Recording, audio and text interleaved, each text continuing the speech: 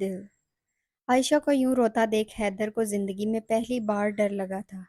دل، سیاہی، آنکھیں، اسے یہ سب الفاظ پریشان کر رہے تھے۔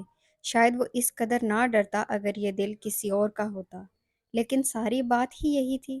یہ دل زینب کا دل تھا جو اس کے دل کو بے چین کیے رکھتا تھا۔ اس ایک دل سے حیدر کو قرار بھی آتا تھا اور بے قراری بھی۔ چلو، حیدر وہاں سے تیزی سے نکلا۔ عائشہ کرسی پر بیٹھی آنسو روکنے کی کوشش کر رہی تھی جب علی نے ٹیشو اس کے آگے بڑھایا۔ عائشہ نے روتے روتے ہی ٹیشو لے لیا اور آنسو صاف کرنے لگی۔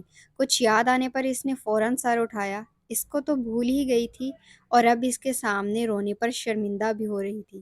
عائشی، تم روتی ہوئی اچھی نہیں لگتی، علی نے سنجیدگی سے کہا تھا، جو کبھی بھی اس کے لہجے میں نہیں پائی گئی تھی۔ میں پہلے بھی کہہ چکی ہوں میرا نام عائشہ ہے، عاشی نہیں۔ یہ سن وہ ایک لمحے سے پہلے غصے میں آئی تھی۔ اور میں بھی پہلے کہہ چکا ہوں میرے لیے تو عاشی ہی ہے۔ وہ اب اپنے ازلی انداز میں لوٹتا اسے تاؤ دلا رہا تھا۔ کیوں، آپ کیا آسمان سے اترے ہوئے ہیں؟ وہ آگ بگولا ہوتی پوچھ رہی تھی۔ ہاں بالکل، صرف تمہارے لیے، علی نے آنکھ دبا کے کہا تو اس کا غصے کا گراف شوٹ کر گیا تھا۔ آپ دفع ہو جائے یہاں سے۔ وہ دروازے کے پاس کھڑی اسے باہر کا رستہ دکھا رہی تھی۔ علی غیر متوقع طور پر مسکراتا ہوا کچھ بھی کہے بنا چلا گیا تھا۔ عائشہ واپس کرسی پر سنبھالتے سکھ کی سانس لی تھی۔ اس نے ابھی قلم اٹھایا تھا جب علی کی بات اسے یاد آئی۔ بالکل صرف تمہارے لیے۔ اسے علی کی بات کا مطلب اب سمجھ آیا تھا اور وہ بے انتہا پریشان ہو گئی تھی۔ پتہ نہیں وہ کیسا شخص تھا اور کیوں اس کے پیچھے پڑ گیا تھا، اور کیا اس کی بات کا مطلب وہی تھا جو میں سمجھ رہی ہوں، یا پھر میں کچھ زیادہ ہی سوچ رہی ہوں۔ ہو سکتا ہے ایسا کچھ بھی نہ ہو، میں ہی اوور ری ایکٹ کر رہی ہوں۔ ہاں، ایسا کچھ بھی نہیں ہے عائشی۔ عائشہ، وہ عائشی کہنے پر خود کو سرزنش کر رہی تھی۔ اتنا مت سوچو، پیار ہو جائے گا، علی سینے پر ہاتھ باندھتے تپا دینے والی مسکراہٹ لبوں پر سجائے دروازے سے لگا اس سے کہہ رہا تھا۔ عائشہ نے غصے سے میز پر رکھا پیپر ویٹ اٹھایا اور علی کے کھینچ کے مارا، لیکن سب بے سود۔ علی نے اسے کیچ کر چکا تھا۔ جا تو رہا ہوں لیکن واپس آنے کے لیے۔ علی نے اندر آتے پیپر ویٹ ٹیبل پر رکھا، دونوں ہاتھ کی ہتھیلیاں میز پر جماتا وہ ذرا سا جھکا اور اسے یقین دلاتا کہہ رہا تھا۔ عائشہ کچھ کہہ نہ سکی، بس چپ چاپ سنتی رہی۔ وہ چلا گیا تو سر ہاتھوں میں تھام وہ اللہ کو یاد کر رہی تھی اور اس مصیبت سے بچنے کا حل سوچنے لگی۔ حیدر کچھ بھی سوچے سمجھے بنا عائشہ کی بات سنتے ہی زینب کا تعاقب کرتا اس کے گھر تک آیا تھا، صرف اسے ایک بار دیکھنے کے لیے۔ پتہ نہیں کیوں لیکن دل اس کو دیکھنے کی خواہش پر ڈٹا تھا۔ وہ اس کا تعاقب کرتا یہاں تک آ تو گیا تھا، پر اس سے فاصلہ رکھ کے ڈرائیو کرنے کی وجہ سے اسے دیر ہو گئی تھی۔ وہ اسے دیکھ نہیں پایا تھا۔ اس نے غصے سے اسٹیئرنگ پر ہاتھ مارا تھا۔ وہ گاڑی پارکنگ میں کھڑی کر مضطرب سا چکر کاٹ رہا تھا۔ گھنٹے گزرتے گئے پر وہ نہیں دکھی۔ اس نے اپنا کوٹ اتار بونٹ پر رکھا اور اپنی آستینوں کے کف موڑتا وہ گاڑی کے بونٹ پر بیٹھا اس کے باہر آنے کا انتظار کر رہا تھا۔ حیدر کو دیکھ ایسا لگ رہا تھا کہ جب تک اسے وہ دیکھ نہ لیتا یہاں سے جانے کا ارادہ نہیں رکھتا تھا۔ دن ڈھلتا جا رہا تھا اور اس کی بے چینی میں اضافہ ہوتا جا رہا تھا۔ زینب کا بے تاثر چہرہ جو کبھی اس کا غصہ بڑھا دیتا تھا آج بھی بڑھا رہا تھا، لیکن اب یہ غصہ نفرت یا جلن کی وجہ سے نہیں تھا، فکر کی وجہ سے تھا۔ وہ اسے ایک بار دیکھنا چاہتا تھا کہ وہ ٹھیک تھی یا نہیں، لیکن کیا وہ ٹھیک ہو سکتی تھی اتنا سب ہونے کے باوجود بھی؟ یہ سوال بھی وہ خود سے ہی کر رہا تھا جس کا جواب ہر بار منفی آ رہا تھا۔ حیدر کا سر بے ساختہ آسمان کی طرف اٹھا تھا اور وہ آنکھیں بند کیے دل کی گہرائیوں سے صرف اتنا بولا تھا، یا اللہ مدد۔ اور جس پاک ذات سے مدد مانگی گئی تھی اس نے حیدر کے آنکھیں کھولنے سے پہلے ہی مدد بھیج دی تھی۔ اس نے آنکھیں کھولی تو سامنے سے نور رانیہ کے ساتھ اپنی کار میں پارکنگ میں داخل ہوئی۔ وہ اسے دیکھ نہ سکی تھی اس لیے حیدر نے اپنا رخ موڑا تھا۔ وہ دونوں گاڑی سے اتر کر بلڈنگ میں گئیں اور تھوڑی ہی دیر بعد وہ رانیہ نور کے ہمراہ نیچے آئی تھی۔ وہ کالے رنگ کے سادہ سے لباس میں ملبوس تھی اور کالے ہی رنگ کے حجاب لیے اپنے گرد شال کو اچھے سے لپیٹے تھی۔ اس کی آنکھیں بے رنگ تھیں، جو دکھ سے بھری نظریں کبھی پورے اعتماد کے ساتھ اٹھی ہوتی تھیں، آج وہ نظریں جھکی تھیں۔ حیدر کو لگا ان آنکھوں نے اپنا اعتماد کھو دیا ہے۔ زینب کے لبوں پر ایک مصنوعی مسکان سجی تھی۔ اس ایک مسکان کے پیچھے اتنی تھکن تھی کہ اس کا بوجھ حیدر کو اپنے دل پر محسوس ہو رہا تھا۔ وہ تینوں کار میں سوار ہوئی تھیں اور کچھ ہی دیر میں حیدر انہیں پارکنگ سے نکلتے دیکھ چکا تھا۔ حیدر کا دماغ اس وقت سوچوں کی ہماجگاہ بنا ہوا تھا۔ حیدر نے ایک گہری سانس لے ان سوچوں کو جھٹکا تھا اور ایک بار پھر ان کے پیچھے چل دیا۔ ایک لمبی ڈرائیو کے بعد زینب نے بریک دے کر کار کو روکا تھا اور کچھ بھی کہے بنا کار سے اتر گئی تھی۔ وہ قدم قدم چلتی ایک پہاڑ کی چوٹی پر رکی تھی۔ سامنے دلکش موہ لینے والا منظر اپنے پورے حسن و شادابی کے ساتھ موجود تھا۔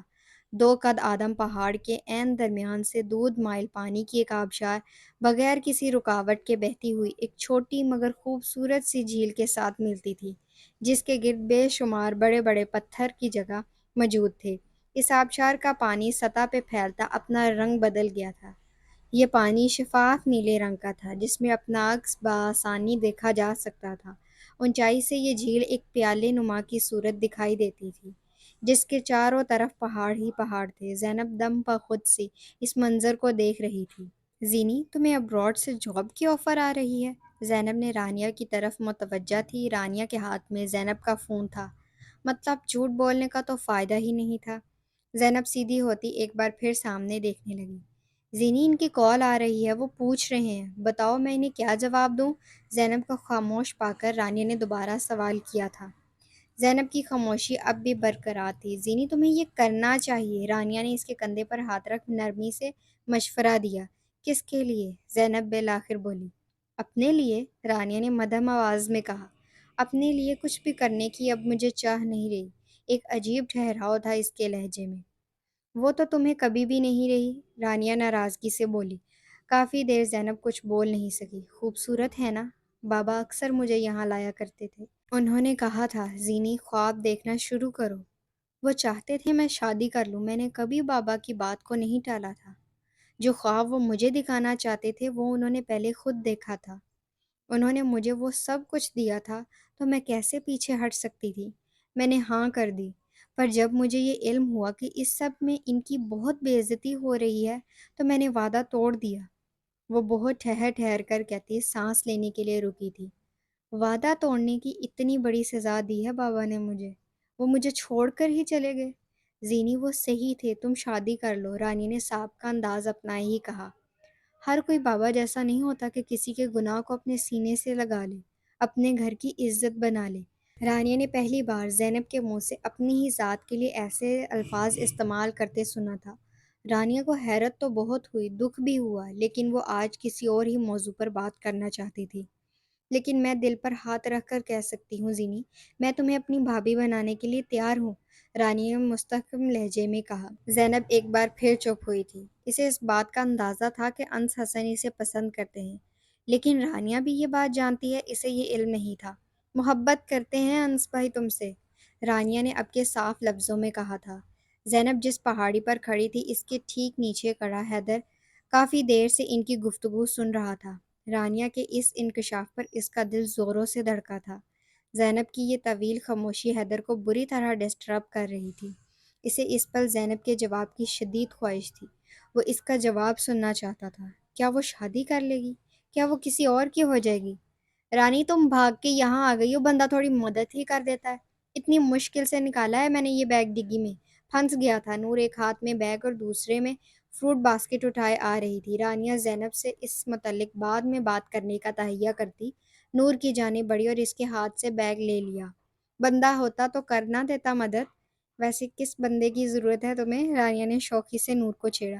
اف رانی، میرا مطلب بندی یعنی تم، نور نے وضاحت کی۔ سچ میں؟ وہ شکی نظریں اس پر جمائے پوچھ رہی تھی۔ دفع ہو جاؤ۔ نور اس کے دیکھنے سے ایک پل کو ڈری، لیکن اگلے ہی پل غصے سے کہتی تیز تیز قدم لیے آگے بڑھ گئی تھی۔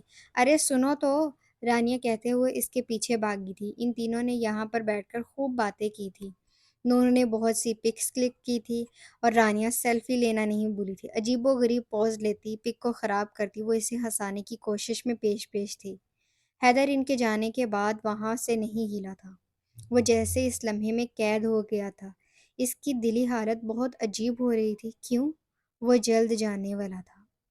انس حسن ڈائننگ ٹیبل پر براجمان اخبار ہاتھ میں لیے اس کا مطالعہ کر رہے تھے۔ چونکہ آج وہ معمول سے ہٹ کر جلدی اٹھ گئے تھے اور اب اپنے ناشتے کا انتظار کر رہے تھے۔ بھائی، رانیہ نے برابر والی کرسی سنبھالتے ہلکی آواز میں پکارا۔ بولو، انس حسن مصروف سے انداز میں کہا۔ بھائی ضروری بات کرنی ہے آپ سے زینب کے بارے میں، وہ سرگوشی میں بولی، کہیں نیلم بیگم سن ہی نہ لے۔ کہو۔ انس حسن اخبار کو میز پر رکھ اس کی طرف متوجہ ہوئے تھے، ماتھے پر شکنے اور لہجے میں سنجیدگی تھی۔ بھائی آپ زینب سے شادی کر لیں، وہ بنا تمہید باندھے عجلت سے بولی۔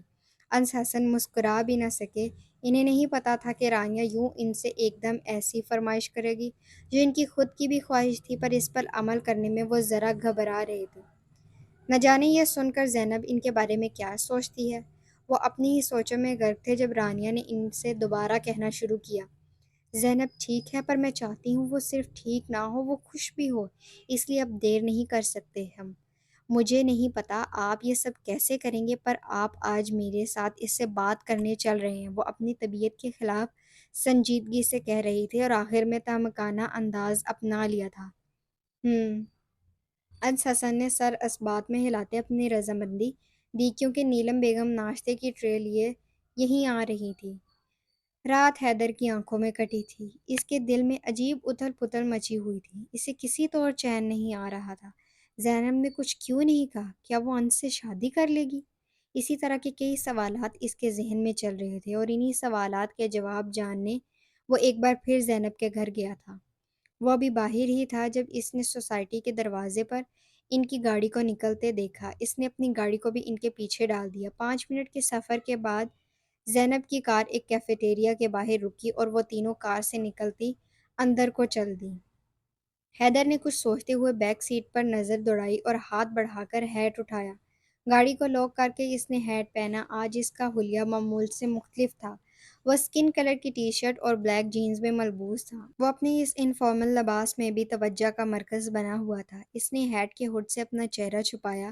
آنکھوں پر گوگلز لگاتا وہ اندر کی جانب بڑھ گیا تھا۔ وہ تینوں ہمیشہ کی طرح حجاب میں موجود تھی اور گلاس وال سے لگی میز پر بیٹھی اپنا آرڈر نوٹ کروا رہی تھی۔ حیدر نے دیکھا تھا زینب کے پشت پر رکھی میز خالی تھی۔ وہ لمبے لمبے قدم لیتا وہاں جا بیٹھا۔ ویٹر حیدر سے اس کا آرڈر لینے آیا تو حیدر نے کافی کا آرڈر دیتے اسے رخصت کیا۔ اتنے میں پیچھے بیٹھی لڑکیوں کا آرڈر بھی آ گیا تھا، جس سے یہ بھرپور انصاف کر رہی تھی۔ زینی، مجھے تم سے بات کرنی ہے انس بھائی۔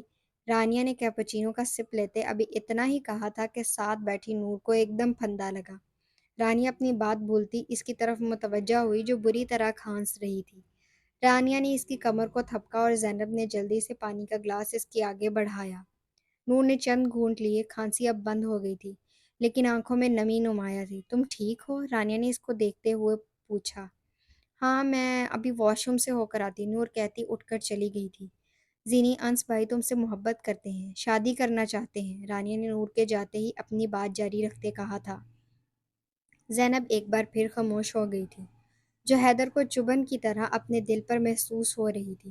اس سے پہلے حیدر اپنا ضبط کھو کر اس کے سامنے آ کر اس سے سوال کرتا۔ زینب کی آواز حیدر کی سماعتوں سے گزری تھی۔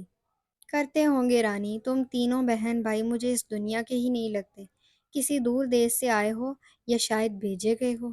زینب کافی کے مگ پر ہاتھ پھیرتی کہہ رہی تھی۔ ہاں بھیجے ہی گئے ہیں، صرف تمہارے لیے، میں بھی اور بھائی بھی۔ تم کرو گی نا انس بھائی سے شادی؟ رانیہ نے اس کے برابر بیٹھ کر کہا تھا۔ کیا ہم اس ڈسٹ بین کو گھر لے چلیں؟ زینب نے رانیہ کی بات کا جواب دینے کی بجائے ایک کونے میں رکھے ڈسٹ بین کی طرف اشارہ کر کے پوچھا۔ ہم دوسرا لے لیں گے، یہ تو گندا ہے۔ رانیہ کو دھچکا لگا، زینی اس کی بات سن بھی رہی تھی یا نہیں؟ اسے یہ اندازہ لگانا مشکل ہو رہا تھا، کیونکہ وہ اب بھی اسی ڈسٹ بین کی طرف دیکھ رہی تھی۔ نہیں، مجھے یہی چاہیے، وہ زور دیتی بولی۔ زینی، لیکن ہم کسی گندی چیز کو گھر تو نہیں لے جا سکتے نا، یہ تو بے وقوفی ہوئی نا، رانیہ نے بچوں کی طرح اسے سمجھایا۔ ٹھیک کہا تم نے، گند کو گھر کی زینت نہیں بنایا جاتا، اور جو ایسا کرتے ہیں وہ بے وقوفی کرتے ہیں۔ مجھ جیسے لوگوں کی زندگی کا آغاز تاریک رات میں سنسان سڑک پر پڑے کسی کچرے کے ڈھیر سے ہوتا ہے، اور کسی دن انہی سڑکوں پر ہماری لاش ملتی ہے۔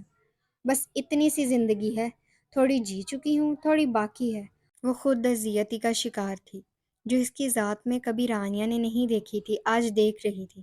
خدا کا واسطہ ہے زینی، ایسی باتیں مت کرو، انس بھائی سب ٹھیک کر دیں گے، بس تم مان جاؤ۔ رانیہ آنسو پیتی سے التجا کر رہی تھی۔ میرے پاس دل نہیں ہے، ہوا کرتا تھا کبھی، پر اب نہیں ہے۔ اسے لوگوں کے تلخ جملوں نے توڑ دیا ہے اور اب صرف کانچ کے ٹکڑے ہیں۔ اگر کوئی انہیں سمیٹنے کی کوشش کرے گا تو صرف اس کے ہاتھ لہو لہان ہوں گے۔ اس لیے بہتر ہے اجتناب کیا جائے۔ وہ رانیہ کو دیکھنے سے گریز کر رہی تھی۔ میں بتاؤں تم کون ہو؟ تم ایک حرام کی پیداوار ہو۔ حیدر کو اپنا کہا یاد آیا تھا۔ اس نے شدت جذبات سے آنکھیں میچی تھی۔ ہاں، ایک کاری ضرب اس نے بھی لگائی تھی۔ اسے زینب کا وہ چہرہ یاد آیا تھا، اس جملے کے بعد سفید پڑا تھا۔ دل میں نے توڑا ہے تو مسیحائی کرنے کا حق بھی صرف میرا ہے۔ اس نے اپنی لال انگارہ آنکھیں کھولی تھیں اور اسی لمحے فیصلہ کیا تھا، وہ فیصلہ جس سے بہت سوں کی زندگیاں ہلنے والی تھیں، وہ فیصلہ جو نہ جانے کیوں وہ خود کو کرنے سے روک رہا تھا، وہ سچ جسے ماننے سے انکاری تھا، آج اسے پورے دل سے قبول کر رہا تھا۔ انس بھائی سب ٹھیک کر دیں گے، رانیہ کی ایک ہی بات پر اٹک گئی تھی۔ محبت ہو جاتی ہے ہم انسانوں کو، عزت بھی کر لیتے ہیں ہم، لیکن عزت کروا نہیں سکتے۔ زینب کے پاس آج بہت کچھ تھا بولنے کے لیے۔ زینی، انس بھائی تمہاری عزت بھی کروا لیں گے۔ رانیہ بھی چپ ہونے سے انکاری تھی۔ ہو سکتا ہے کروا لیں، معاشرے سے لڑ لیں، لیکن کیا اپنے ہی گھر میں جنگ کی وجہ بنوں میں؟ زینب نے اب کی بار اس سے سوال کیا تھا۔ رانیہ جانتی تھی اس کا اشارہ نیلم بیگم کی طرف تھا۔ وہ چپ رہی کیونکہ نیلم بیگم کو کیسے راضی کرنا تھا یہ تو اسے بھی نہیں پتا تھا۔ کیا ہم اپنی ہی جنت سے لڑیں گے؟ میں ایسا کچھ نہیں چاہتی، جہاں میں ہوں ٹھیک ہوں، اگر ٹھیک نہیں بھی ہوں تو کیا فرق پڑتا ہے؟ زندہ ہوں، تمہارے ساتھ ہوں، اتنا کافی ہونا چاہیے تمہارے لیے۔ زینب اس کی طرف دیکھ کر بولی تھی۔ لیکن زینی، رانیہ نے ایک کوشش اور کرنا چاہتی تھی۔ مجھے اب اس بارے میں کوئی بات نہیں کرنی، زینب نے کہتے ہوئے ایک بار پھر آنکھیں پھیری تھی۔ لیکن زینی، میں نے یہاں انس بھائی کو بلا لیا ہے تم سے بات کرنے کے لیے، رانیہ ایک ہی سانس میں سب کہہ گئی۔ میں کر لوں گی بات، وہ اسی کھوئے ہوئے انداز میں بولی۔ بھائی؟ رانیہ انس حسن کو دیکھتے ہوئے کھڑی ہوئی تھی۔ انس حسن اس کو دیکھتے ہی اس ٹیبل پر آ رکے تھے۔ میں نور کو دیکھ کر آتی ہوں، پتہ نہیں کہاں رہ گئی ہے، جب تک آپ دونوں باتیں کرے، رانیہ عجلت میں کہتی انہیں اکیلا چھوڑ کر چلی گئی تھی۔ حیدر کا خون کھولا تھا، اسے یہ سوچ غصہ دلا رہی تھی کہ وہ اس شخص کے ساتھ بیٹھی تھی۔ شاید اسے غصہ نہ آتا، مگر یہاں وہ ان کے بیٹھنے کی وجہ اور موضوع دونوں سے واقف تھا۔ میں آپ سے، خاموشی کے لمبے وقفے کے بعد انس حسن نے ہمت جمع کرتے کہنا شروع ہی کیا تھا کہ زینب نے انہیں بیچ میں ٹوک دیا۔ وہ اس قسم کی کوئی بھی بات سننے کی روادار نہیں تھی۔ میں آپ کی بہت عزت کرتی ہوں۔ عزت کے رشتے محبت کے رشتوں سے زیادہ انمول ہوتے ہیں، زیادہ خالص ہوتے ہیں۔ آپ ہمارے اس رشتے کے درمیان محبت کو لا کر اسے بے مول نہ کریں۔ وہ کچھ پل کے لیے رکی تھی اور اس نے پھر کہنا شروع کیا تھا۔ میں آپ کے لیے نہیں ہوں، میں کسی کے لیے نہیں ہوں، کیونکہ جو خود میں مکمل ہوں انہیں کسی ساتھی کی ضرورت نہیں ہوتی۔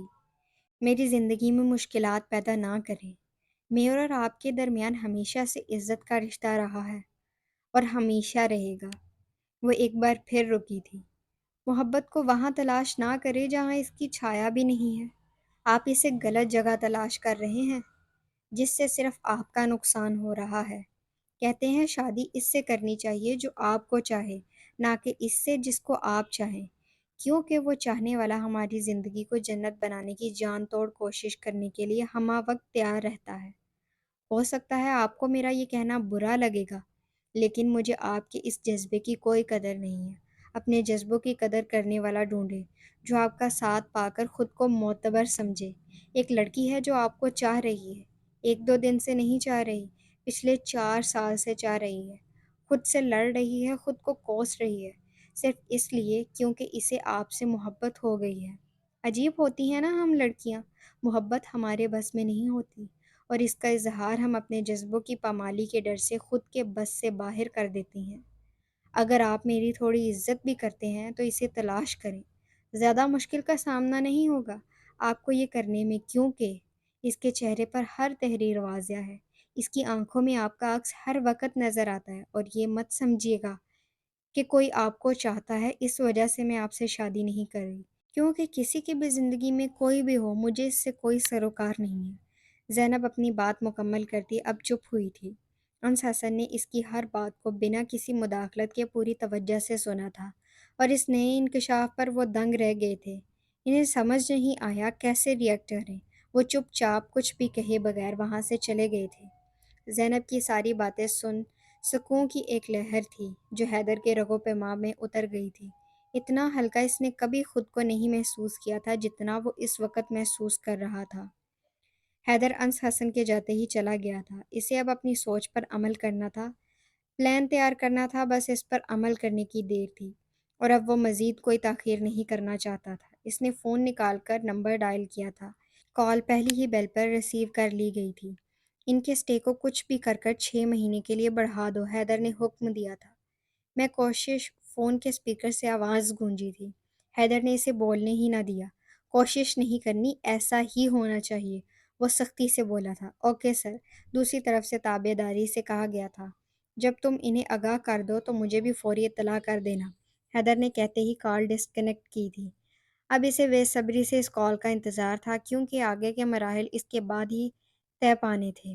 حیدر گھر آیا اور سیدھے اپنے کمرے میں گیا۔ وارڈروب سے اپنے کپڑے نکالتا وہ باتھ روم میں نہانے کی غرض سے چلا گیا۔ تھوڑی دیر بعد ہی باتھ روم کا دروازہ کھلا۔ وہ اب خود کو تازہ تازہ سا محسوس کر رہا تھا۔ اس نے تولیہ ایک طرف پھینک ڈریسنگ سے موبائل اٹھایا جہاں اسے چند میسیجز اور کالز کا نوٹیفیکیشن ملا۔ اس نے میسیجز پر ٹچ کیا تو ایک ہی نام سے کئی میسیجز آئے تھے۔ اس نے انہیں بھی ٹچ کیا اور میسیج پڑھنے لگا، جسے پڑھ کر اس کے لب مسکائے تھے۔ ایک مرحلہ حل ہوا تھا۔ باقی کے مراحل میں اسے کسی دشواری کا سامنا نہیں کرنا پڑتا کیونکہ اتنا تو وہ زینب کو جان ہی گیا تھا۔ لیکن اس سے پہلے اس نے ایک نمبر ڈائل کیا تھا اور بات کافی لمبی ہو گئی تھی اور اس پورے عمل میں اس کے ماتھے پر بے شمار بل تھے، لیکن بات کے اختتام میں اس کے چہرے پر خوشی نے رقص کیا تھا اور وہ مطمئن ہوتا اب اگلے مراحل کی طرف بڑھنے کا ارادہ رکھتا تھا۔ امید کرتی ہوں آپ کو آج کی قسط اچھی لگی ہوگی۔ اچھی لگی تو اسے لائک، شیئر اور سبسکرائب ضرور کیجیے گا۔ اللہ حافظ۔